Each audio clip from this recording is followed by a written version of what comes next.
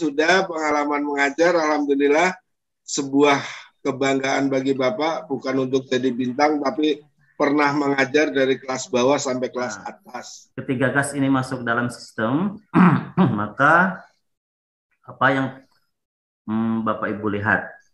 Bagaimana partikelnya? Boleh sambil diskusi Bapak Ibu ya? Mohon maaf ya, izin. Apa yang terjadi pada partikel ini? Sudah singgung sedikit ya mengenai data kualitatif dan data kuantitatif ya. Sebelum kita lebih jauh lagi membahas mengenai apa itu data kualitatif dan data kuantitatif, apa sih pentingnya kita belajar ilmu statistik atau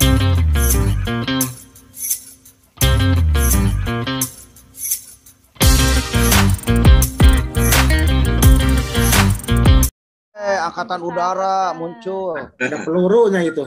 Ada pesawatnya. Udah muncul pesawatnya. Mangga Pak, dimulai saja. Mau berangkat ke itu mungkin tuh. Ukraina. Ukraina. Membantu bos. Mangga Bapak silahkan dimulai saja. Oke, assalamualaikum warahmatullahi wabarakatuh. Waalaikumsalam warahmatullahi wabarakatuh. Para mahasiswa sekalian,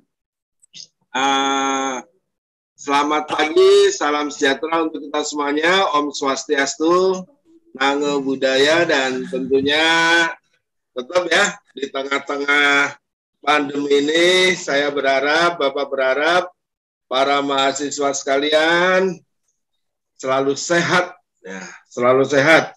Ini saya lihat ini ada mahasiswa dari Pamulang ya, dari Tangerang, ada dari Cirebon itu ya. Dulu ketika Bapak dinas di Pamulang di Kodiklat TNI ada dekat situ Unpam ya, bahkan pernah ngajar di situ Bapak juga. Kolonel, ya. Kolonel, siap komandan. Pak Komandan siap. Jadi Pak Yayat Hidayat ya. Oke. Kita lanjut saja para mahasiswa sekalian. Mata kuliah pagi hari ini, pagi yang cerah ini, mata kuliah tentang kewarganegaraan, mata kuliah yang sudah tidak populer menurut mahasiswa ya.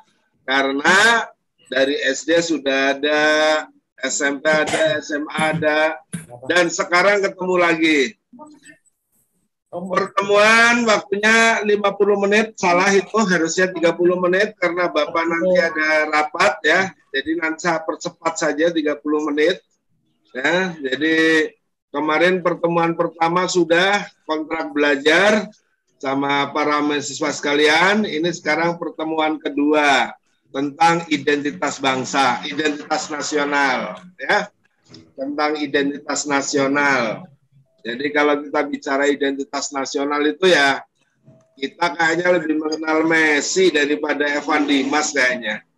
Ya kira-kira gitu nih, apalagi para mahasiswa ini nggak kenal deh, kenalnya CR7, Ronaldo, kan gitu ya. Kalau sudah suruh mengenal timnas kayaknya udah lupa. Ya, lebih senang bawa Starbucks daripada Kap Wedang Jahe. Ya, kira-kira gitu. Bener nggak tuh ya? Oke. Kemarin Bapak udah kenalan. Saya lihat kemarin ada sebagian yang belum masuk, sehingga saya perkenalkan kembali ya. Tak kenal maka tak sayang maka tak cinta. Habis itu tidak ada hubungan suami istri karena nggak kenal, nggak sayang dan nggak berpacaran sebagainya. Yang jelas tak kenal maka tak sayang, silaturahmi adalah pintu rezeki kita ya, pintu panjang umur kita ya. Maka itu saya Bapak perkenalkan lagi singkat saja, ini Bapak ya. Jadi tentara ternyata Bapak itu ya. Ternyata Bapak tentara, alhamdulillah 14 kali tugas sudah. Penugasan latihan juga sudah, pendidikan umum, kemudian pendidikan militer sudah, pengalaman mengajar, alhamdulillah sebuah kebanggaan bagi Bapak, bukan untuk jadi bintang, tapi pernah mengajar dari kelas bawah sampai kelas atas. di tentara dari Tamtama sampai Sesko alhamdulillah ya. Di luar pun alhamdulillah karena Bapak kebetulan banyak teman di luar, alhamdulillah punya kesempatan untuk mengajar di beberapa kampus. Ya. Oke, kita lanjut. Quote hari ini ya, paling tidak para mahasiswa sekalian walaupun nanti suatu saat bukan jadi guru atau jadi dosen, paling tidak jadi guru ya di rumah tangga masing-masing. Ya. Kata Mbah Maimun Zubar, yang paling hebat bagi seorang guru adalah mendidik, dan rekreasi yang paling indah bagi seorang guru adalah mengajar. Jika melihat mahasiswa yang menjengkelkan, melelahkan, terkadang hati diuji kesabarannya. Namun hadirkanlah gambaran bahwa di antara satu dari mereka, insya Allah kelak membawa tangan Bapak ke surga. Amin. Ya, kira-kira gitu ya, para mahasiswa sekalian. Jadi silahkan yang on cam, yang off cam, saya berharap semuanya on cam lah. Ya. Oke, materi pembelajaran pada pertemuan kedua ini, Bapak akan membahas tentang identitas nasional atau materi pembelajarannya itu, kemudian sub CP MK-nya, saya berharap setelah ini mahasiswa mampu memahami dan menjelaskan apa itu identitas negara dari sisi konsep. Kemudian penilaian Bapak tentunya, saya berharap para mahasiswa sekalian mampu menjelaskan pengertian identitas nasional. Kemudian para mahasiswa sekalian mampu menjelaskan faktor pendukung kelahiran identitas nasional. Kemudian mampu mengidentifikasikan identitas kebangsaan dan identitas nasional. Kemudian mampu menjelaskan integrasi negara.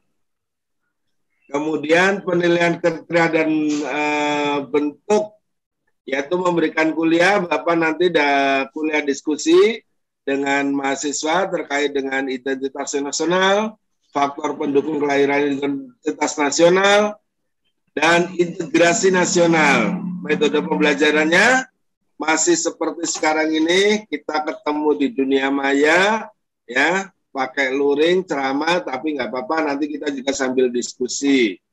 Materinya ada 4, yaitu identitas nasional, pengertian identitas nasional, kemudian faktor pendukung kelahiran identitas nasional, kemudian integrasi negara.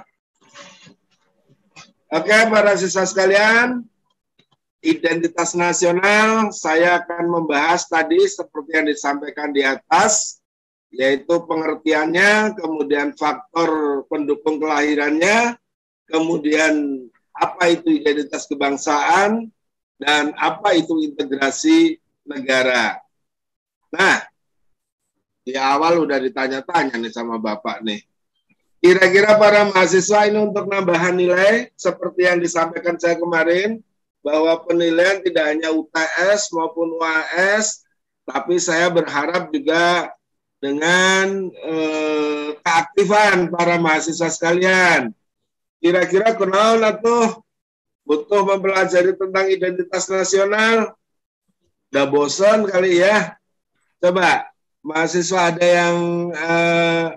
ada yang bisa jadi volunteer untuk menjawabnya? Yang ketiga, silahkan. Terima kasih. Ketiga, Kalau nggak salah saya, Bu. Mangga, Bapak, mangga.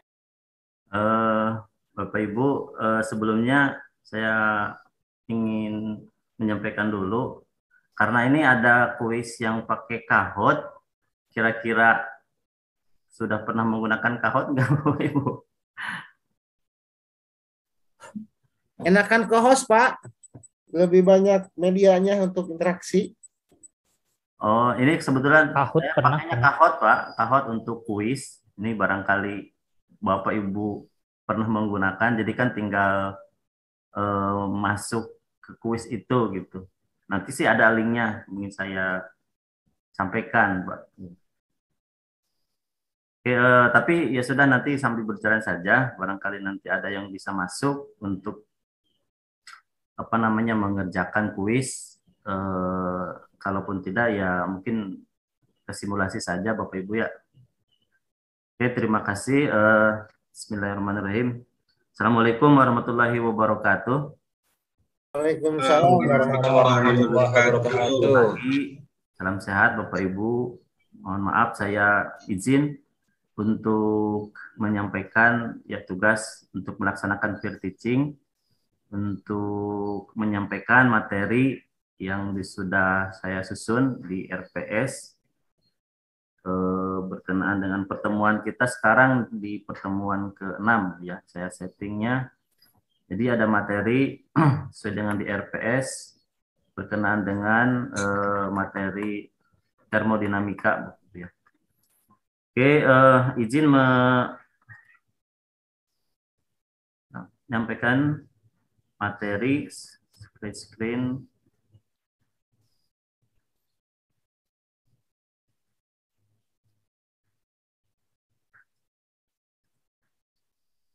Ya, sebelum mulai adalah kita udah berdoa Bu ya. Jadi karena sudah berdoa jadi tidak usah berdoa lagi. Untuk materi ya pertemuan saat ini sekarang ini berkenaan dengan teori kinetik gas ya, tentang persamaan gas ideal.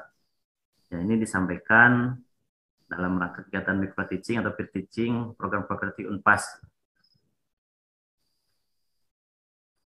Oke, indikator atau materi ini ya, di mana pembelajaran mahasiswa diharapkan setelahnya proses pembelajaran ini mampu menjelaskan sifat-sifat gas ideal, menentukan persamaan keadaan gas ideal, menyebutkan beberapa hukum tentang gas, menentukan tekanan dan energi kinetik gas, menentukan besar energi rata-rata kaitan dengan temperatur, dan membedakan energi gas untuk monoatomik dan diatomik.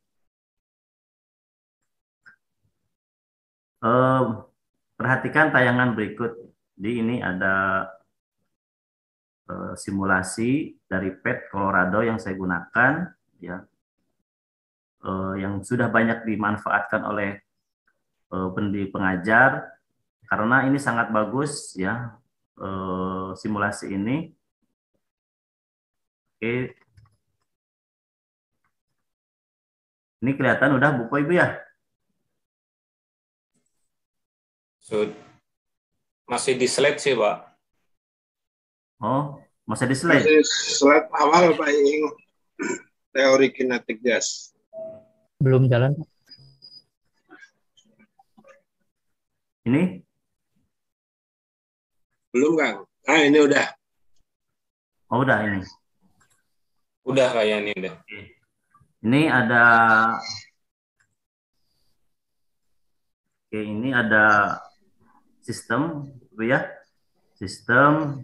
Kita lihat di sini ada tekanan, di sini ada satuannya KPA, di sini ada temperatur, kemudian ini ada, nah ini gas, ya. Gas yang kita akan input ke sistem ini.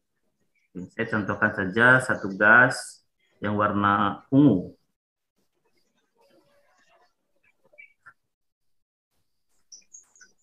Nah, ketika gas ini masuk dalam sistem, maka apa yang Bapak Ibu lihat? Bagaimana partikelnya? Boleh sambil diskusi Bapak Ibu ya? Mohon maaf ya, izin. Apa yang terjadi pada partikel ini, atau gas-gas ini? Satu, mungkin bergerak Bapak Ibu ya, bergerak. Kemudian terjadi tumbukan antara partikel dengan dindingnya. Ya, kemudian jumlahnya pun banyak. Nah, kalau udah ada tumbukan gerak berarti berlaku hukum tentang gerak, tentang energi juga ada gitu ya. Oke. Kalau kita lihat dua variabel antara suhu kemudian tekanan, Nah, ada satu lagi yaitu ruang ini kan ada volume yang kita gunakan untuk mengetahui seberapa besar pengaruh volume terhadap tekanan maupun terhadap temperatur. Oke, di sini ada Hall constant atau variabel yang dapat kita atur supaya kita bisa melihat hubungan antara volume dengan temperatur ataupun volume dengan tekanan dan lainnya. Dan Bapak. Oke, selanjutnya Mangga silakan yang keempat siapa? Saya Ibu. Pak Ade. Iya. Oh Pak Ade, sorry. Iya. Jam 9 soalnya saya harusnya. Kan mundur Pak Akrom. Mundur Pak. Ya Pak Ade silakan Pak Ade. Iya, langsung aja Ibu ya. Bismillahirrahmanirrahim. Assalamualaikum warahmatullahi wabarakatuh. Waalaikumsalam. Iya.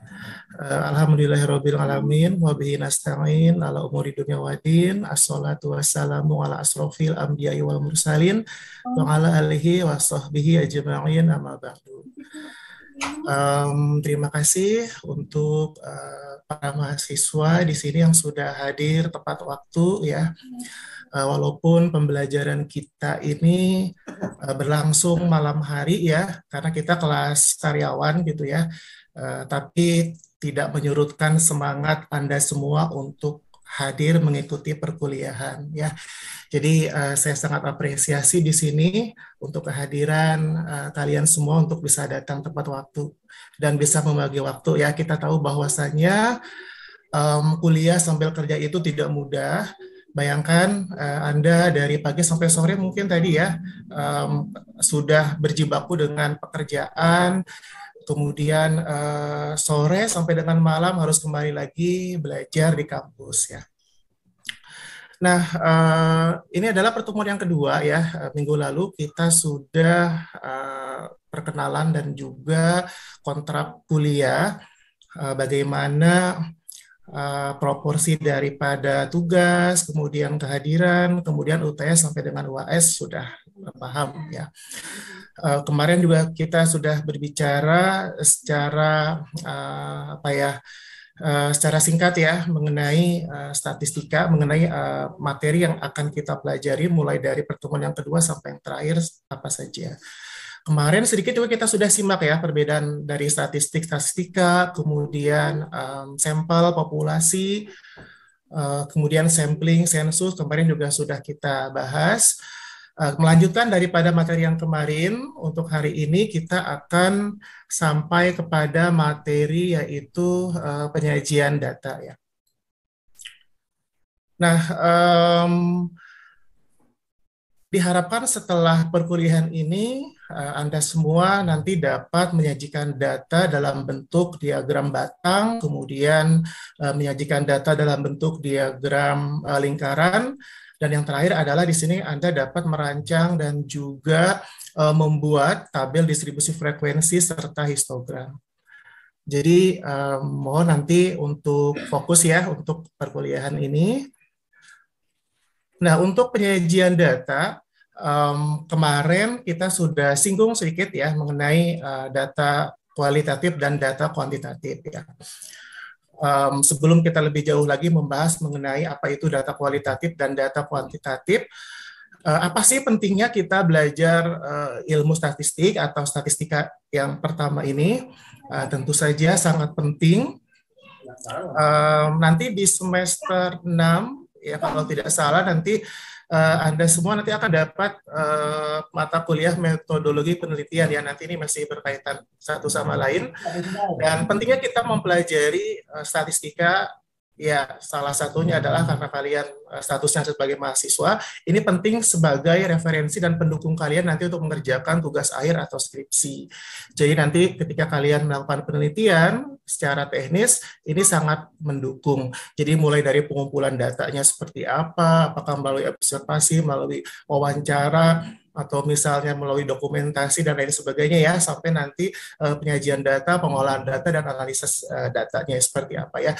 Ini penting sekali. Nanti kita ada lanjutannya, nanti mungkin semester depan ada ke statistika yang kedua ya. Nah, mengenai data kualitatif dan data kuantitatif. ini dari istilahnya saja sudah sangat berbeda ya. Jadi data kualitatif di sini bisa kita artikan sebagai data yang disajikan bukan dalam bentuk angka ya.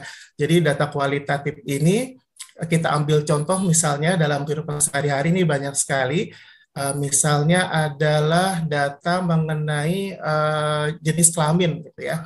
Data mengenai jenis kelamin. Ada laki-laki, ada perempuan. Atau misalnya marital status misalnya ya, menikah atau belum menikah gitu ya. Atau mungkin ada tambahan misalnya janda atau duda gitu ya, ini bisa masuk ya. Jadi artinya data tersebut tidak berbentuk angka. Nah, sementara kalau data kuantitatif ini adalah data yang ditampilkan dalam bentuk angka ya. Nah, ada yang bisa kasih contoh mengenai data kualitatif selain yang tadi saya sudah sampaikan mungkin dalam kehidupan sehari-hari atau dalam dunia kerja bisa ya? Untuk membuka cakrawala kalian mungkin? Ada yang bisa memberikan contoh gitu ya di tempat kerja kalian gitu ya. Kalian kan pasti berkaitan dengan berbagai macam job desk di tempat kerja kalian gitu ya. Ada mungkin? Data kualitatif, Pak. Iya, contohnya apa? Mungkin bisa memberikan contoh yang lainnya. Contohnya misalkan baik, buruk, jujur, tidak jujur. Ini dari sikap, Pak ya. Dari sikap, iya. Ya, betul sekali ya Pak Iing ya. Contohnya baik atau tidak baik, kemudian jujur atau tidak jujur. Atau mungkin kalau dalam dunia kerja gitu ya, atau dalam bidang yang lainnya. Contohnya misalnya tingkat kepuasan pelanggan ya. Nah, ini ya tidak perlu jauh-jauh misalnya ketika kita ke minimarket, kemudian setelah kita dilayani oleh kasir, biasanya kan ada itu ya, ada informasi di monitor ya, kepuasan pelayanan kasir terhadap pembeli seperti apa, puas atau tidak puas gitu ya. Nanti kita bisa, kalau puas kita tinggal klik puas, kalau misalnya kita tidak puas tinggal klik tidak puas gitu ya.